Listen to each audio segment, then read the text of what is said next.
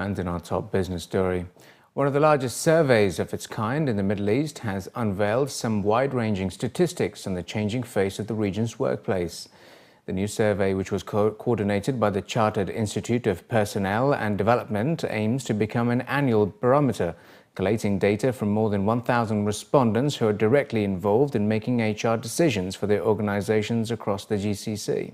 Some of the main findings from the survey, which was conducted amongst business owners, board level and senior managers within the HR sector, show that the current main strategic HR priorities for respondents are the attraction and retention of talent, employee well-being, happiness, engagement and learning, development and performance management.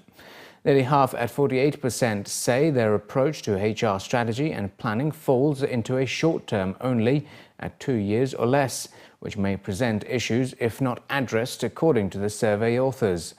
When asked about the top trends that have the most extensive impact on the organization's workforce strategy in the next 5 years, the overwhelming response was the change in the economic and political environment in the region at 45%.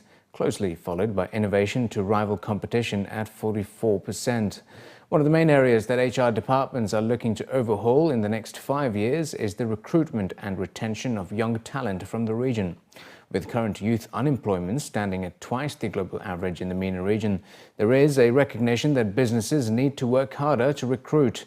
Encouragingly, most of the respondents surveyed confirmed that they're seeking to recruit young people aged 16 to 24, with 57% actually recruiting, 33% offering internships and 11% offering apprentices.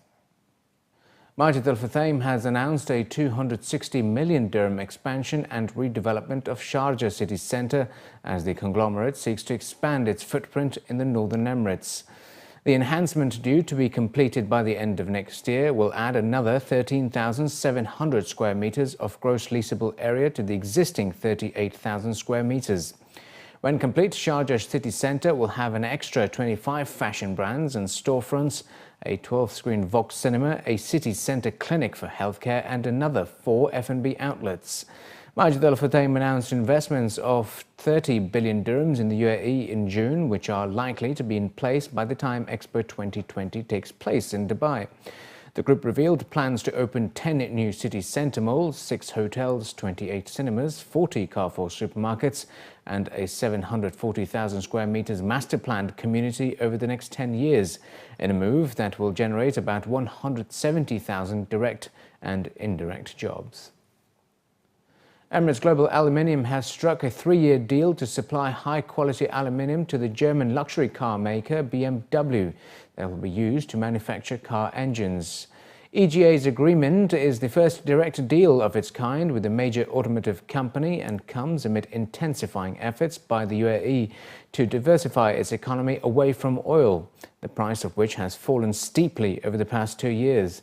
Abdullah Kalban, the managing director and chief executive of EGA, stated that winning BMW as a direct customer is important for EGA because their standards are very high, both for the aluminium itself and how it is made, adding that the sector has spent decades developing technology in the UAE to improve processes that have made the deal possible. The UAE is the world's 4th largest producer of aluminium and is counting on EGA to help push its efforts at making the country's economy less dependent on oil. EGA, which was created by the merger of Dubai Aluminium and Emirates Aluminium in 2013, posted an almost 50% drop in net profit last year as the price of aluminium plunged amid a supply glut. The UAE Kimberley Process Chair, Ahmed bin Sulayem, has encouraged the establishment of an independent fund for NGOs and also recommended the creation of a permanent secretariat for Kimberley Process under United Nations on Monday.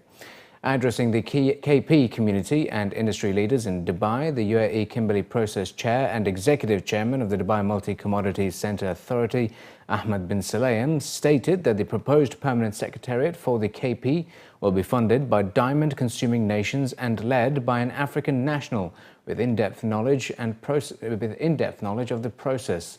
He also stressed that the Kimberley process will continue to work with the KP community and extend their knowledge and resources to strengthen the mandate by encouraging more countries to join the process, as well as promoting best practices in the diamond industry.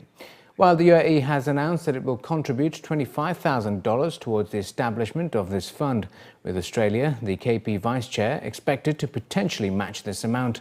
The UAE KP Chair has also called on the rest of the industry to contribute another $55,000 to create a total fund of $105,000 for the initiative, while stating that the UAE was the third largest importer of diamonds globally after India and Europe last year, and the second largest exporter globally after Europe.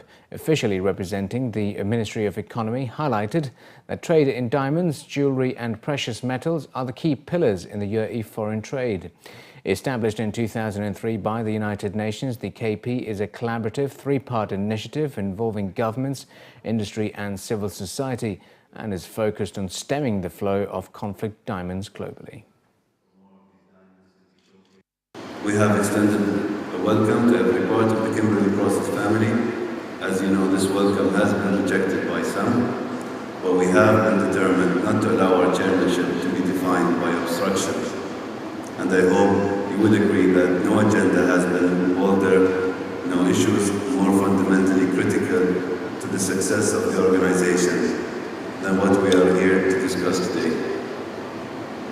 As I will outline to you, we have even lately received welcome support from our absent friends. The Civil Society Coalition has offered support for the major initiatives that the working groups and we ourselves in the UAE have been working on so hard. It is good to have that support, but the written paragraph is no substitute for presence. We cannot dial in real progress. There is a logic in shared vision. Indeed, many of our indirectly participant countries are united in the highly efficient form of the single EU participant, even though this may have been a slightly difficult year for the EU cohesion. But we have been saddened by the presentations of society groups, which we feel are unnaturally corralled into supporting a single voice. Critics of our industry have sometimes tried to harness the enduring attraction, value, tradability of diamonds to use as some form of criticism of us all. But our discussions, the whole reason of being of the Kimberley Process, is not light-hearted. We are here, ministers, officials, industries, for a discussion that is about economics and development, and in many cases, basic human survival.